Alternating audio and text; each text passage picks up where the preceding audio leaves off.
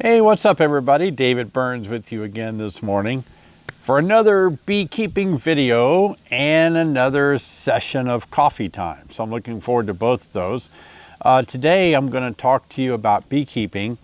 Rather than get into a hive, I'm going to show you an example of 3 things that you put on the front of your hive. We're going to talk about a robbing screen. We're going to talk about different settings at what time of the year for entrance reducers, and then I want to show you a moving screen. That's a little different than a robbing screen. So we'll talk about when to use these and how to use them, because we're coming up to our fall dearth time, and that's going to be a real important time for you to consider that robbing screen. If you've never had a hive that's being robbed by other hives, wow, wait till you see that. Wait till it happens. It's quite devastating. It can actually destroy an entire colony that's being robbed.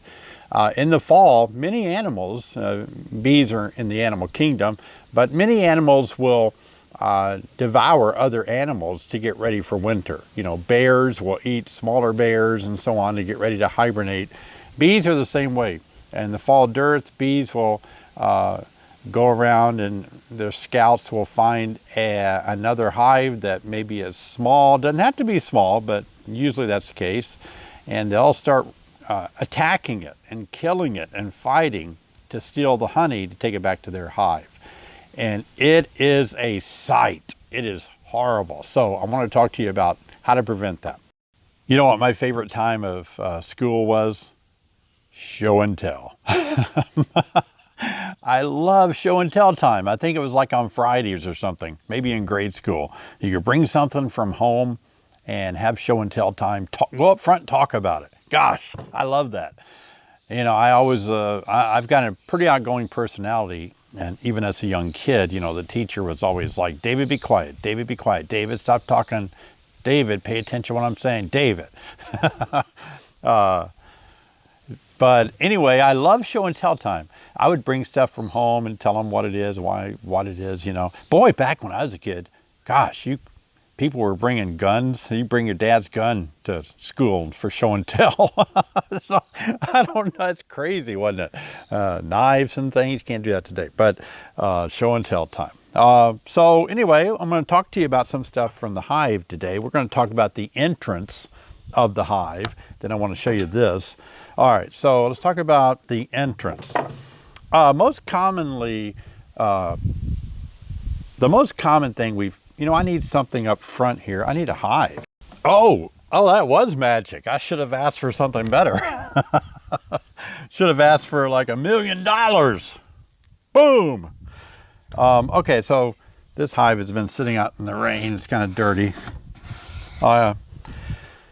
We have this one on our front of the store out on the porch just for show and tell, so it's out there getting dirty. But anyway, so we'll talk about the entrance reducer first. The entrance reducer is exactly what the title says. It reduces the entrance. It reduces the bees going in and out.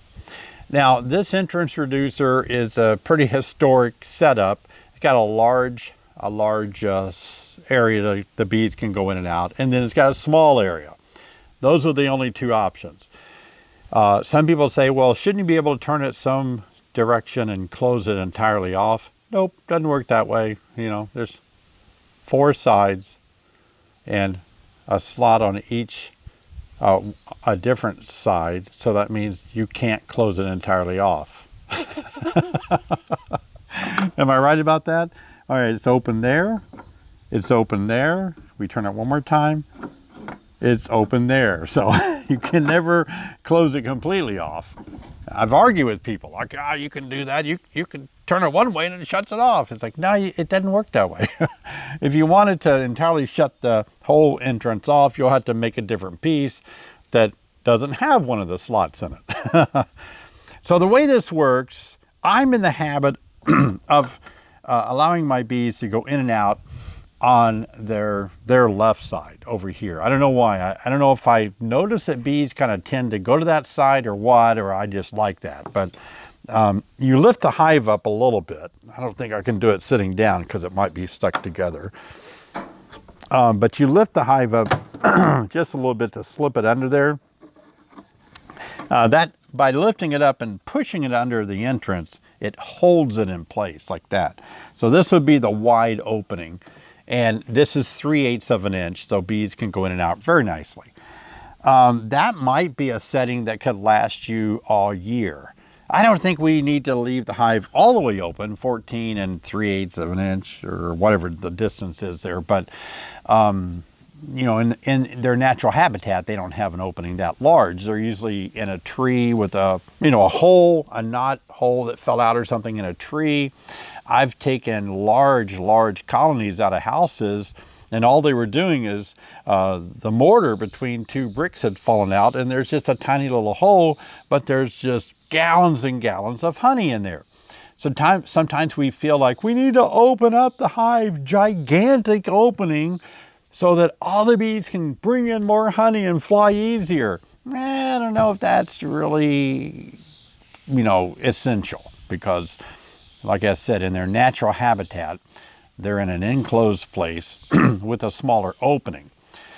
By the way, propolis is a sticky substance that bees gather from different plants and trees, and you wrestle with it in the hive. They glue everything together with this propolis. Well, propolis is a word that means the gate of the city, the opening. So it's a two-part word where it plays into honeybees. For me, you know, opening of the city means that the bees take propolis to reduce the size of their openings sometimes, if you've ever seen that. If they don't like I've had mating nooks with a 3/4 inch hole that they go in and out of, and they will propolize that 3/4 of an inch hole to make it smaller.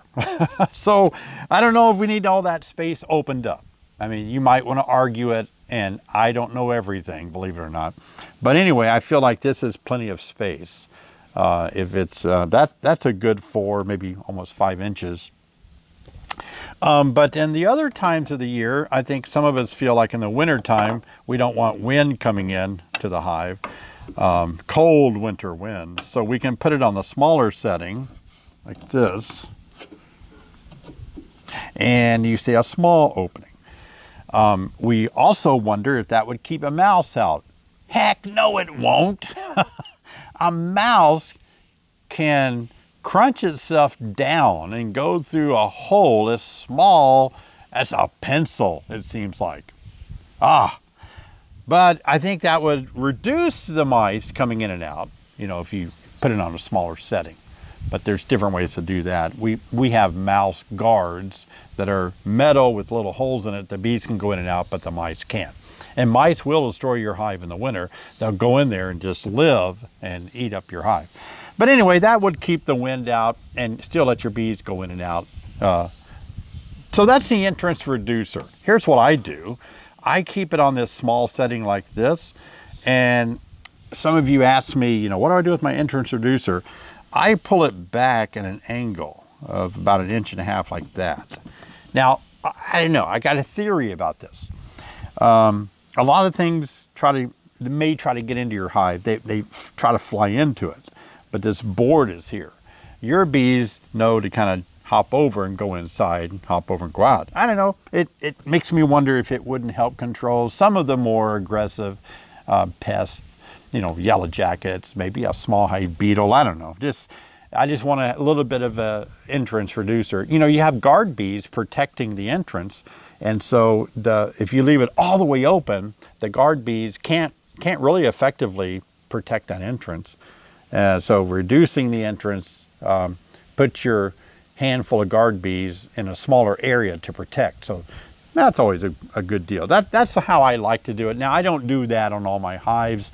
You're going to look at my videos and say, well, that hive didn't have that on there. I know, because I'm lazy, or I lost one, I hit one with a mower. I don't know. I should do that. But anyway, that works out really well. So that's the entrance reducer. Now, something else I want to show you is a robber screen.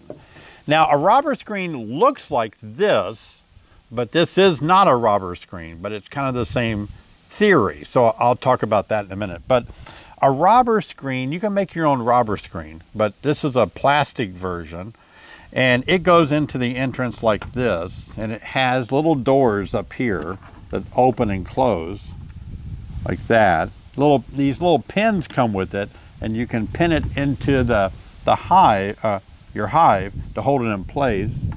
I don't want to do that because we may want to sell this one, but these little holes here that you can see, the bees, your bees, will come out and crawl up from their entrance inside, you know, back on the back side of this. They crawl up and they come out of these holes. So it allows the bees inside the hive to go. They can see the outdoors through the screen. There's a space for them to crawl up, come in here, crawl up, and fly out of that hole behind there. But robbers, robber bees are just another hive that's wanting to steal all the honey. They smell the hive through the screen. And so they fly and want to go in here, and they can't. And apparently robbers just can't figure out how to go in these holes right here. And so your bees figure it out. Your bees fly and go in, but the robbers just still want to go in where the smell is. So that's called a robber screen.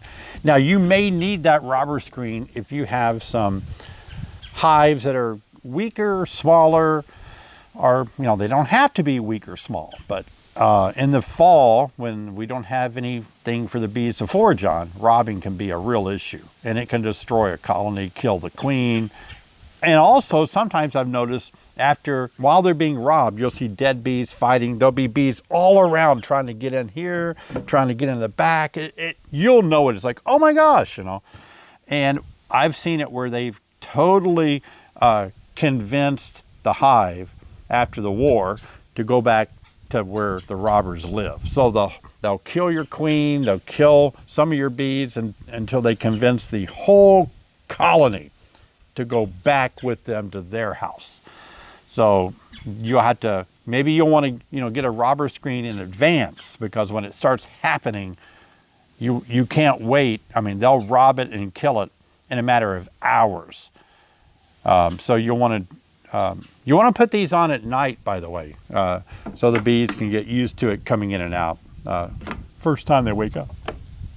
All right, well, this is an interesting thing here. It looks like a robber screen. In fact, it would be a robber screen. Some of them are made with wood and hardware cloth, 1/8 hardware cloth. I think that if I designed this, I would have made it to where it could serve both as a robber screen and what it is as a moving screen. This is a moving screen, but all you would need to do is it's kind of just take this top part off, and then it would be a robber screen because it would fit on here. And so if this top piece wasn't here, what it would do, let me think about that. You know what? Let me look at that. I don't know. I don't like the way this is angled. I don't know how the bees would react. But if it was flat all the way, that's a robber screen. And same thing, your bees go in and out of this slot, and the robbers just can't get in. But because it's a moving screen, the way that it's designed, I think it goes like this. Yep, that's a moving screen. A moving screen means that you want to move your bees, but you need to get all your bees back inside the box. Like in the middle of the day, this works. And so what you can do is put this moving screen on. All the bees come flying in. None of them can get out, because if you look very closely, there are tiny little holes right here. There's 1, 2, 3, 4 little holes about the size of a pencil, 1/4 inch, in the screen. And so bees will land and go in those holes, but the bees can't figure out how to go out through that hole, that tiny hole.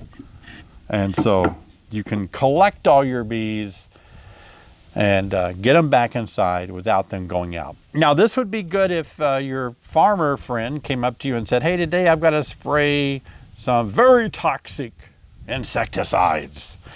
And you would go, oh my gosh, I got to get my bees inside first. Well, you could put this on there, and the foragers would come back and go inside, but wouldn't leave again. And that way you could collect your bees. So these little entrance things have a lot of uses. I like that. It's not bad at all. So think about that. This one, I just noticed on this, and it's going to be that way on every hive. Let me look. I'm sorry. No, it's good. I was afraid this handle right here went all the way down and it would allow the bees to slip past it. Well, we make our handles differently.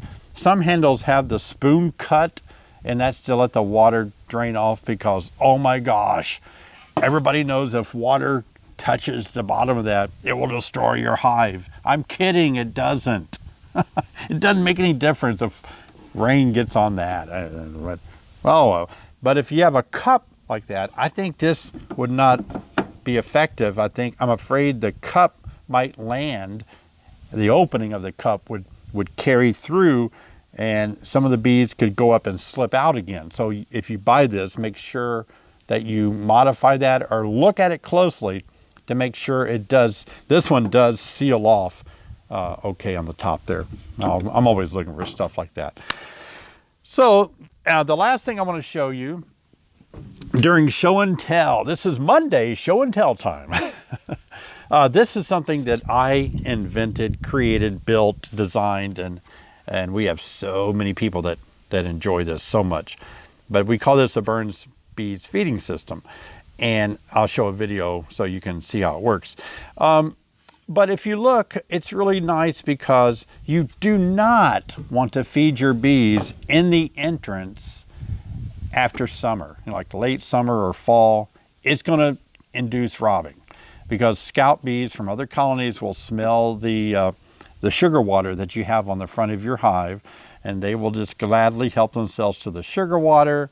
And then they realize there's a whole bunch of honey in there. They go back and tell their hive, and then their hive robs your hive.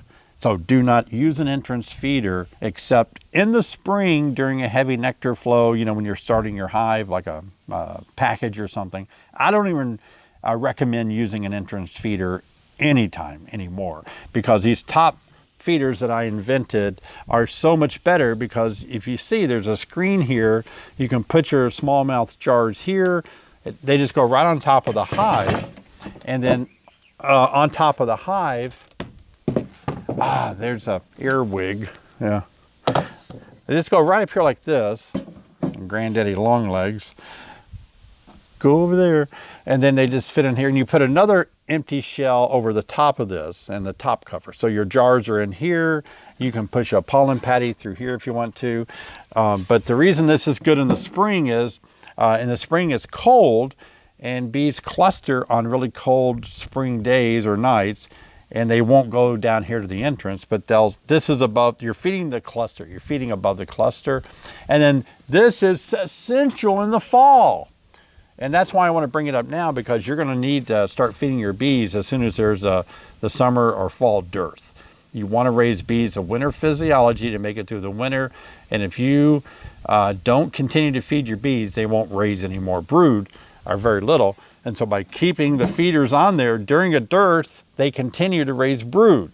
So it's important to feed those bees during the fall dearth. So that's coming up. I know it seemed like it just turned summer, but lo and behold, seasons change rapidly, and we'll be into a dearth in no time. So I want you to feed your bees. That's so important, to keep your bees well fed during that dearth time. Don't just feed them sugar water. I want you to blend in some protein powder. I want you to blend in amino bee booster, and I want you to blend in Honey Bee Healthy. I recommend a teaspoon of each of those per quart of 1-to-1 sugar water. No, 2-to-1. No, it's not 2-to-1. 2-to-1 is what you give bees if you want to build them up, if they don't have any honey stores for winter. I'm going to feed them my winter Be Kind, which I'll talk about later, but I'm going to feed them hard candy with protein and good stuff in it all winter long. So I'm not trying to get sugar water into this box. I'm trying to get protein, amino bee booster. I'm trying to get good stuff by feeding them in the fall one-to-one sugar water. So one-to-one stimulates brood. And so one-to-one is going to stimulate them raising bees of winter physiology that will make more bees to make more heat in the wintertime. It's not that hard, people. Not that hard to figure out unless you're just going to be stuck in an old beekeeping paradigm, and you'll miss the mark on that. So let's do it right. Let's give bees some protein and all the good stuff. Hey everybody, that was fun. I hope you enjoyed learning a little bit more about the entrance and what to do about it. And there's a few more things that people do and add to the entrance, and maybe in the future we'll talk about a few more things, but those are the major things that I wanted to share with you. Well, coffee time today. Woo, boy, so many of you tell me that you really enjoy coffee time so much. Using another coffee mug from my kitchen, and I don't know if you can read that or not. My oldest son got me this mug a few years ago, because he and I have a running joke. It says, "Don't mess with the bull, young man, you'll get the horns." When my oldest son, David, and I were just starting out in the bee business, he and I actually started it together, making hives and all that. And wow, that was quite a learning experience for both of us, because we were just producing large amounts of hives that we were shipping out and everything before we were able to improve that technique, hire more people, whatever.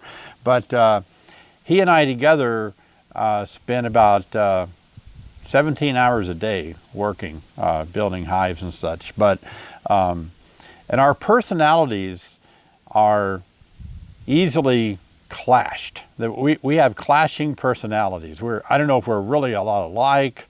We're both really driven or something. But we would oftentimes run into a lot of rough moments between the two of us. And I would say probably almost every day we would just get into it. You know, it was bad. But we love each other, and we would always, either I would fire him or he would quit on a daily basis. But I would hire him back tomorrow, or he'd come back tomorrow. After a good night's sleep, we were working together again. We get along really good, don't get me wrong, but it was just tough. A lot of stress played a part of that. Anyway, I kept telling him, you know, hey, don't mess with me, or don't mess with a big bull. That's what I called myself when he and I would get into it. I'd say, don't mess with the big bull.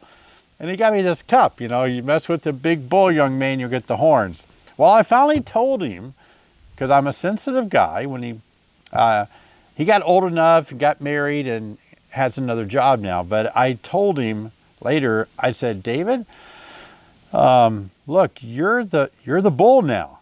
And, you know, I think it's important for a father to tell their sons that you've made it. You're the big bull. You're the big bull now.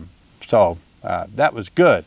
It reminds me of all the good times and some of the bad times that we had together starting the business. It makes me think about being kind to each other, and how kindness goes a long way, but how easy it is for us to, you know, somebody come push our buttons, right? I mean, we all have sensitive parts of our psyche, our ego, our personality, that if people say the right things, if they say one thing, I mean, it can really bother us.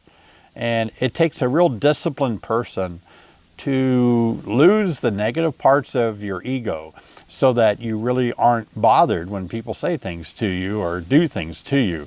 A friend of mine shared a quote by Mary Ann Evans, and I really like the quote a lot. It says, you know, what do we live for if it is not to make life less difficult for each other? And that's really good. I don't know if you recognize the name Mary Ann Evans, but she wrote by the name of George Eliot. And some of you know that name, and you may not realize that George Eliot was a woman, because George is a man's name. And she's was an English novelist and a poet. She lived from like 1819 to 1890 maybe, or 1880.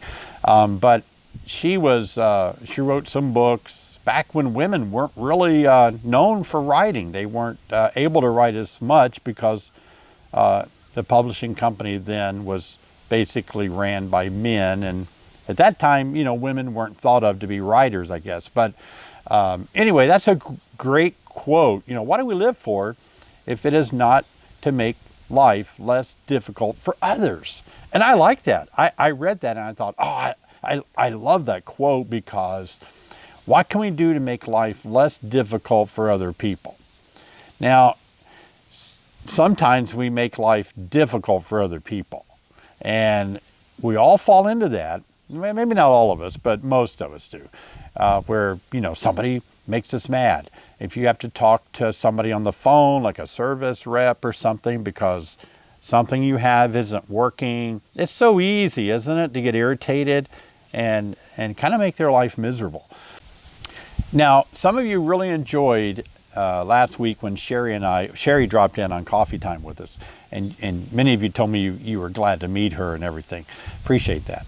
I think it's great. Sherry and I will be married 40 years this August. I hope I've got that right.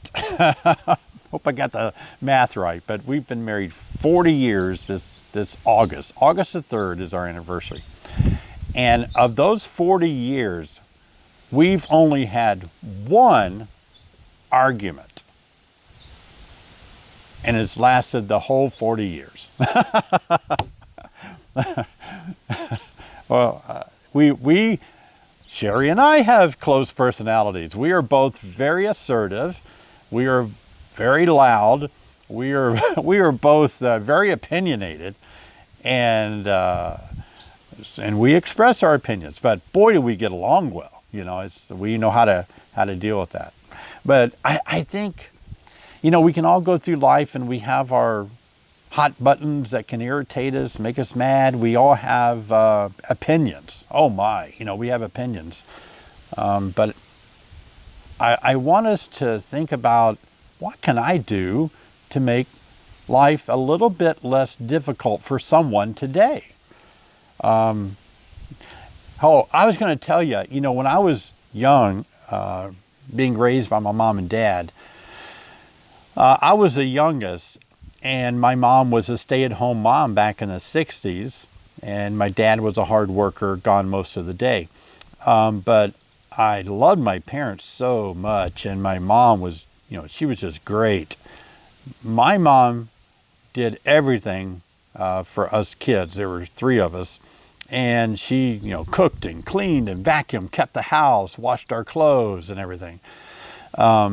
She really did everything. And we let her. I mean, as a kid, as her son, I mean, she'd get on to me, you know, like, hey, you're getting mud in the house. Wash your hands when you come inside. And you're making my carpet dirty. Don't leave your cups sitting around. And pick up your socks. She'd say those things as a mom does, right? But she was somebody that would just do those things if I left them sitting around, or she was able to grab my, you know, gym clothes from basketball game and wash my clothes or something out of my duffel bag and everything. I don't know. What I'm saying is that I think she did a little too much for me, because it made me kind of selfish as a kid. I just thought my mom was going to do everything for me, because she did. And I think Dad, I won't say she made me selfish, but I think Dad caused me to think that other people should do stuff for me. And then when I got married, I kind of carried that over into my marriage, and it didn't take long for Sherry to say, I'm not your mother. I'm not going to pick up your socks. And to be honest with you, I think I was selfish for a big part of my life. I don't think I really understood that until maybe I was in my 40s and maybe 50s, where I kind of turned a little bit and said, you know, I gotta be less selfish, and I gotta help other people out more. I want to be more giving. I want to be more caring for other people. I want to do for others, you know. Don't get me wrong. I wasn't a horrible person, but I had a lot of room for improvement, and I still do. But I think it's good. I'm trying to think now, like, what can I do for my wife? What can I do for my children? The other day, I felt so compelled to put this into action that I bought my children. It's not Christmas, it's not their birthdays, but I just decided to buy them a nice gift. I can't say what it is because I haven't given the gift to all of them yet, but it's really a fun gift. And I bought them all the same thing. Just to say I love you and I want to make your life a little bit less difficult. And here is a gift to show that. My mom and dad, after I got married, they were really great about that. I think I've told you, I was really poor after I first got married, and I did a bunch of different kind of jobs and all before I kind of went into my career. But boy, my mom and dad were so great, as was Sherry's mom and dad back in that time when we were so poor. They would give us money. Her dad worked in a meat locker. He would give us meat sometimes. They'd come and visit and bring some meat. Oh my gosh, that was just like, I mean, we had people that would say, hey, I want to help you out. Here's $20. And that was so nice. I mean, that's how poor we were, that $20 was life-saving, life-changing. Gosh. I remember one time a guy gave me, this was back probably in the 80s, but he saw my plight and helped me out. I never would ask for things because I had too much pride at that time, but he gave me $300 in the 80s. I mean, it was like getting probably $1,000 now, I didn't know what to do with it. I mean, I had a lot of bills to pay, but I mean, stuff like that are just great acts of kindness. What can you do to make somebody's life less difficult? I think that's so good to think about. It's not all about me. It's not all about you. I mean, if you're like me and you're kind of wrestling with being a selfish person, men sometimes can get this way pretty easily. Women seem to be less selfish, I think, because, family, raising their children or taking care of their husband and all, women seem to make a lot of sacrifices, but men don't always see it that way.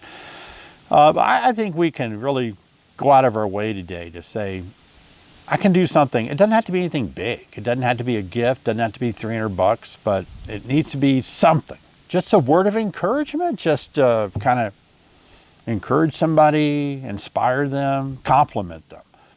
Why not compliment somebody? Let them know you appreciate what they're doing. I looked, Marianne Evans, George Eliot, she died at 61 years old. That's pretty young, I think. I'm 60, and she died at 61. She had quite a spell of kidney infections or kidney problems, and she had gotten a sore throat, 1800s, but some kind of a throat infection and kidney problems, and she died at 61. And it's kind of cool to think that her writings, even today, still live on. And today, she's still talking through what she wrote, and I'm sharing it saying, let's make someone's life less difficult today. Isn't that cool? Coffee time. Another inspirational talk.